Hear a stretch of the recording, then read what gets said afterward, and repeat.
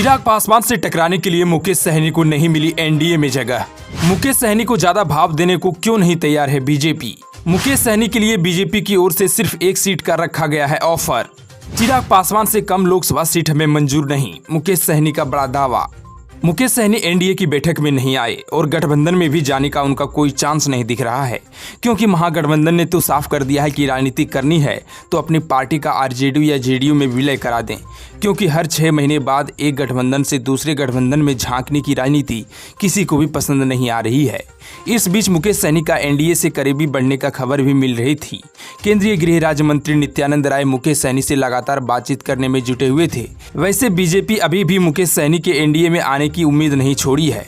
ऐसे में भले ही एनडीए की बैठक में उन्हें न्योता नहीं मिला हो, लेकिन सहनी से बातचीत बंद नहीं हुई है।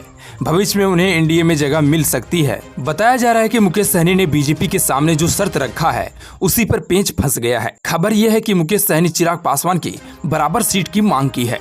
दरअसल चिराग पासवान ने बीजेपी से 6 लोकसभा सीट, 1 राज्यसभा और 2 विधान परिषद की सीट मांग रहे हैं। वहीं मुकेश सहनी भी बीजेपी से 6 लोकसभा सीटों की मांग कर रहे हैं। दूसरी बात यह भी सामने आ रही है कि मुकेश सहनी 3 से नीचे जाने को तैयार नहीं है। दूसरी ओर बीजेपी सीट देने से पहले कैंडिडेट का नाम जानना चाहती है। मुकेश सहनी सीट की संख्या और नाम पर अड़े हैं। दूसरी ओर बीजेपी की तरफ से हर सीट पर कैंडिडेट का नाम मांगा जा रहा है। बीजेपी चाहती है कि गठबंधन में सीट भले ही सहयोगी पार्टी लड़े, लेकिन उम्मीदवार जिताऊ होना चाहिए। मुकेश सहनी कैंडिडेट का नाम बताने को तैयार नहीं है।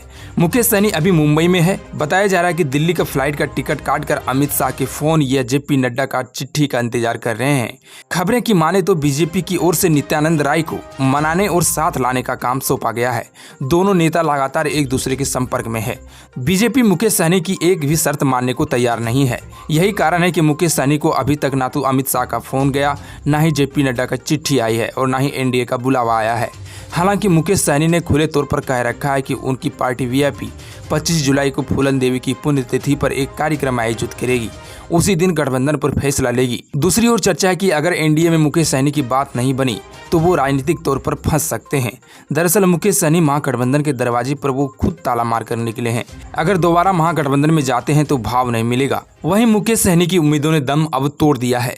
बीजेपी से निमंत्रण नहीं मिलने पर मुकेश सहनी ने कहा है कि वो खुद एनडीए में शामिल नहीं होना चाहते हैं।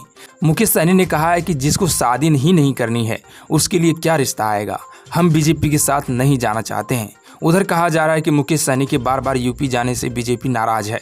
दूसरी ओर यूपी में बीजेपी का निषाद पार्टी के साथ गठबंधन है। निषाद पार्टी के अध्यक्ष संजय निषाद के दम पर बीजेपी बिहार की निषाद वोटरों को भी साध सकती है।